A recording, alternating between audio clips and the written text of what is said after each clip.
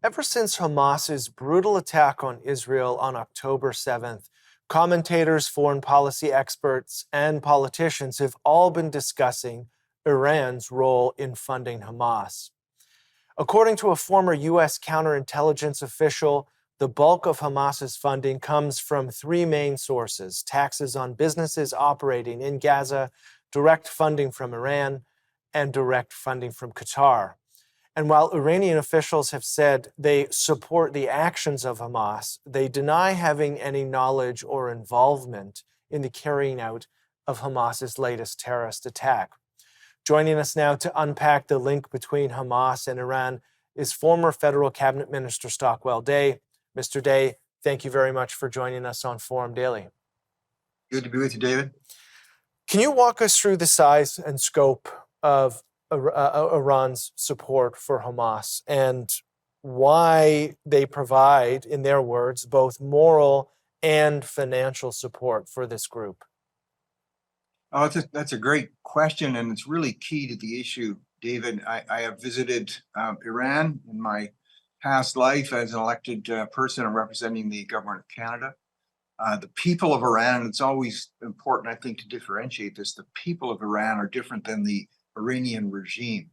The Iranian regime is viciously not just anti-Israel, but anti-democracy and anti-the West. Their stated views, and it often gets passed over lightly with the legacy media, they have a stated written view, which is to eliminate Jews and to destroy the state of Israel. That's actually their goal. It's written, it's stated. And when it's sort of interesting, David, because when that gets said, even in diplomatic circles, at times I've been at the United Nations, it's like people go, "Oh, yeah, I know they say that, but they really don't mean that."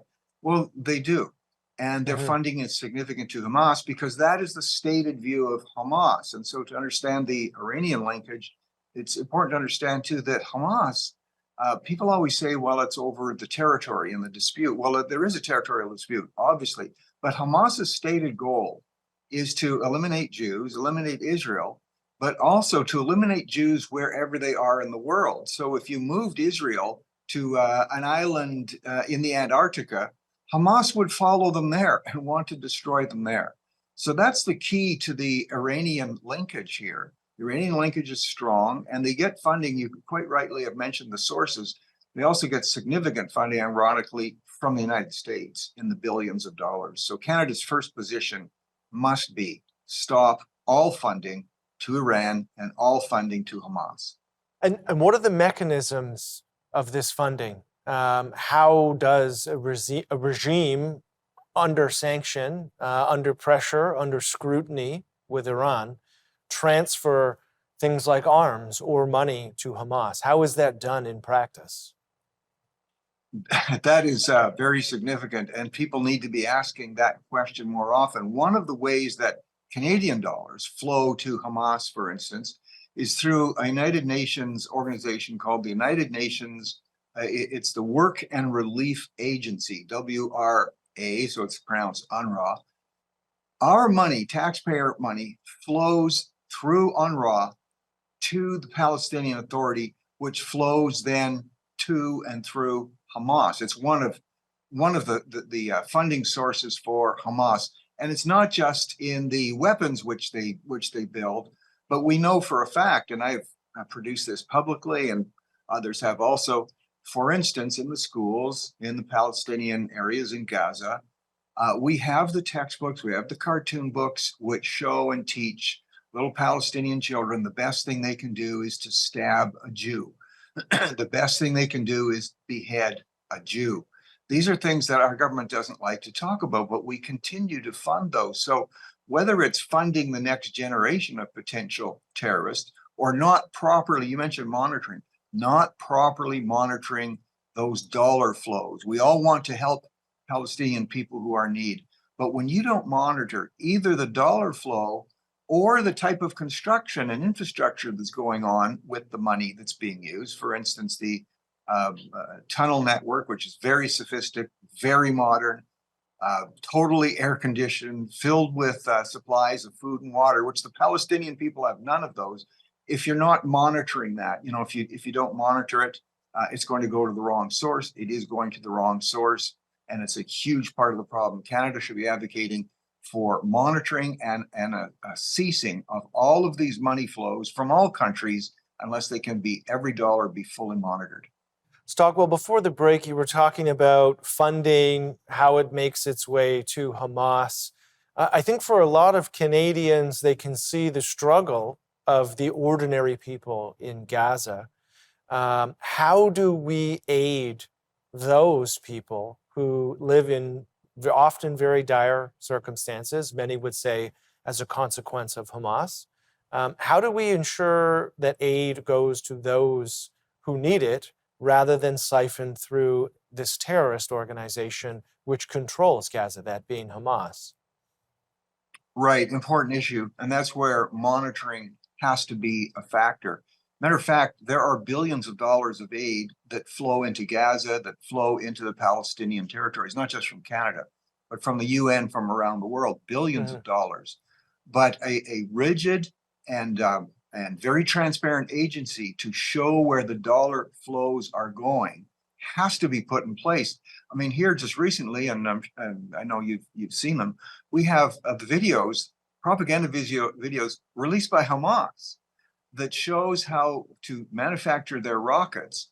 They actually dig up the water lines that have been supplied, many of which have been supplied by Israel, and certainly by the money from countries like ourselves around the world. Those pipelines are dug up. These are Hamas videos showing how then they are cut into lengths, the required lengths to make missiles. They actually make the missiles out of the water lines that are built and purchased by the billions of dollars that flow in.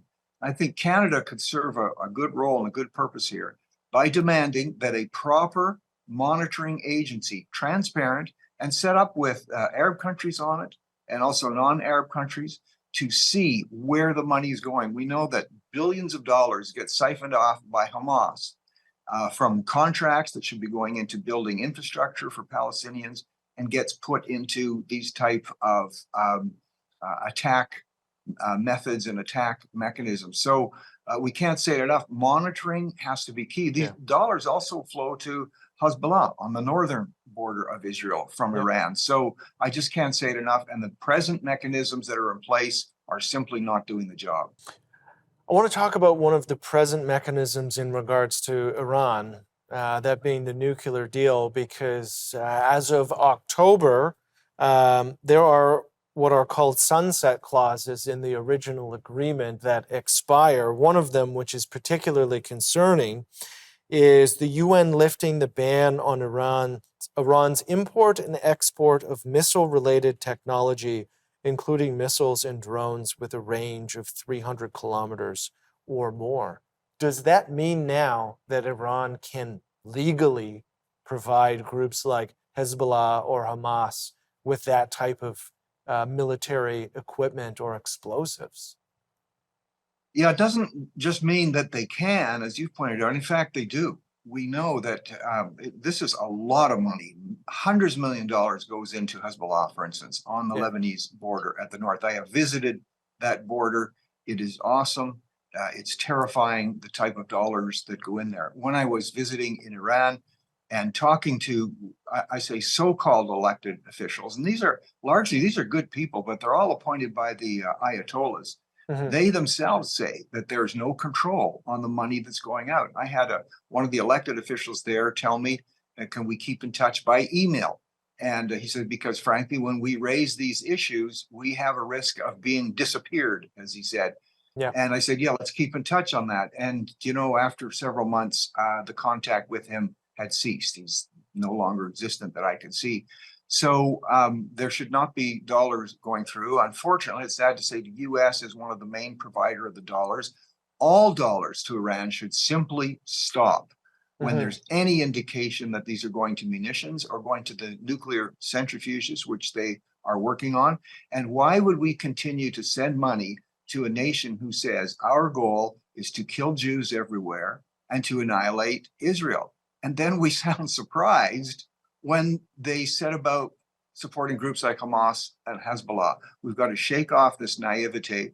one of the reasons, David, I think that prompted the timing of this, the advancement of the Abraham Accords, which are some of the greatest breakthroughs in terms of improving relations between Arab nations and Israel, that was putting Iran in a very difficult spot. They were losing their grip on a number of Arab nations as these move forward, and is one of the reasons that Iran has been involved in this, to stop these Abrahamic Accords, which are bringing relations between Arab nations and Israel to an improved level never seen before. Well, Mr. Day, I appreciate your insight, and I appreciate you joining us on Forum Daily to talk about this issue. Glad to be with you.